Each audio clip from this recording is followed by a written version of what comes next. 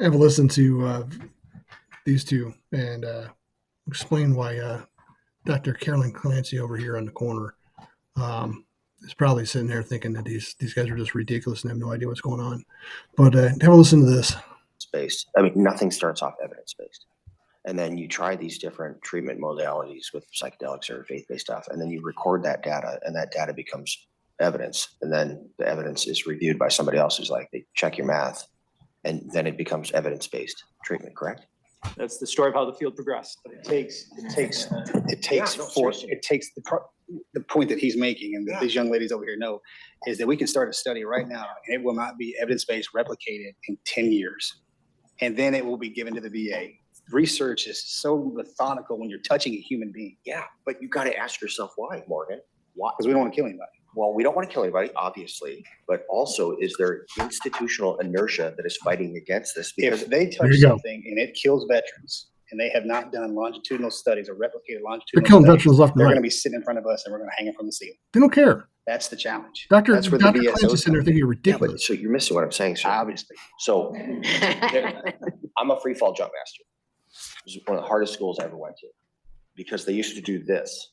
It was called protecting the badge. Okay, there you They go. made that school so hard to get through that they finally got reamed by the DOD because their attrition rate was so high, and it didn't need to be.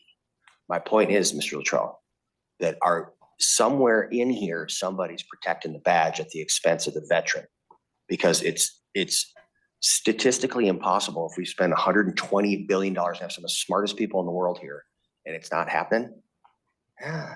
Taste the soup. That's all I'm saying, dude. We got to remove the personality. We got to remove the institution. We have to look at the veteran. And if this works, it works. If this works, it works. And if it's taken this long, Morgan, something's there. I don't want to use the word nefarious. This is a long rabbit hole. Okay, check out. All right, so these two are chasing their tails, and they're coming from a place that they mean well, but you know, these old VHA people and these old doctors have been around in the government for a while, hiding out and, you know, scamming shit. They understand what they did. So why these two are chasing their tails and what they don't understand is the Comprehensive Addiction Recovery Act 2016.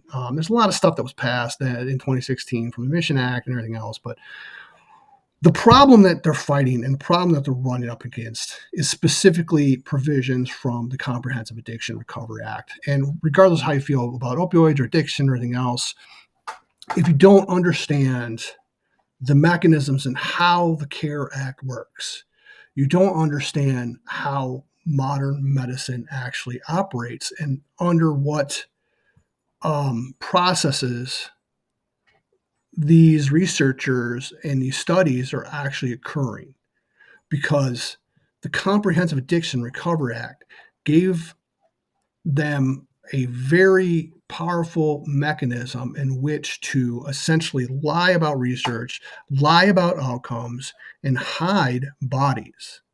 And now VHA has done it using the disruptive behavior and disruptive behavior workplace violence reporting system, the DBRS system.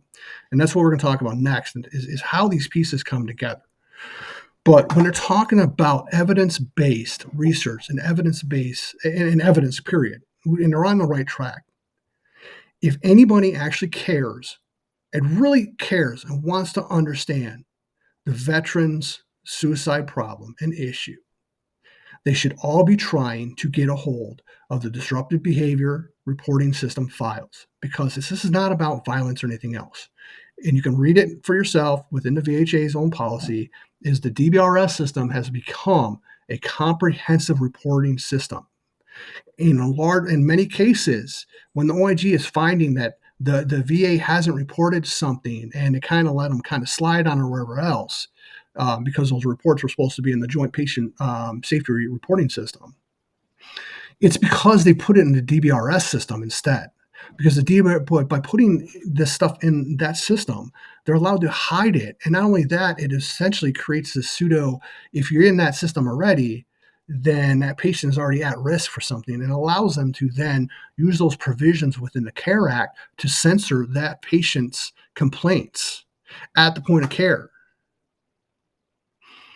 And I know all this because I had to bring a lawsuit against the government who has been trying to use this program to silence me for years.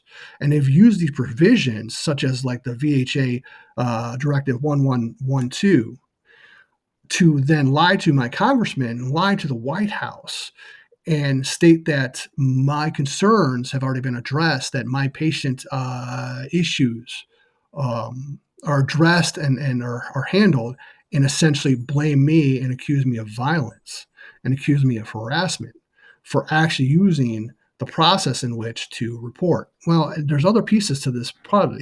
The general principle that the VHA has really violated is, if you're going to end up restricting a veteran's rights, if you're going to use this disruptive behavior program and restrict rights, limit how that veteran can speak, you now own the protection of that veteran, because the VHA also has a responsibility to protect veterans.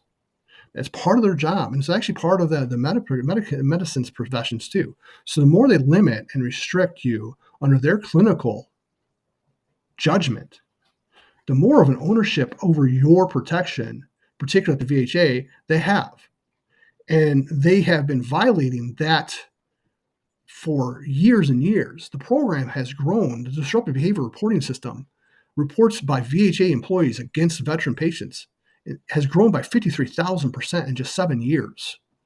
And it correlates directly with the Comprehensive Addiction Recovery Act, because within the Comprehensive Addiction Recovery Act, it requires for the screening of a patient complaint to be done utilizing an existing or an established screening program or process. Now, VHA has identified that the process that they use as a disruptive behavior reporting system. They're sharing those disruptive behavior reporting system records with VHA police. They're sharing them with local police. They're sharing them with DHS, FBI. They're sharing them through the EEO system. Okay, these EEO personnel get copies of these patient reports and complaints, and then they turn around and they share them across their EEO network. So they'll go from the VHA EEO to maybe a local city council or to a university EEO. These things are going out and destroying veterans' lives, and none of you guys are doing anything about it other than talking about psychedelics.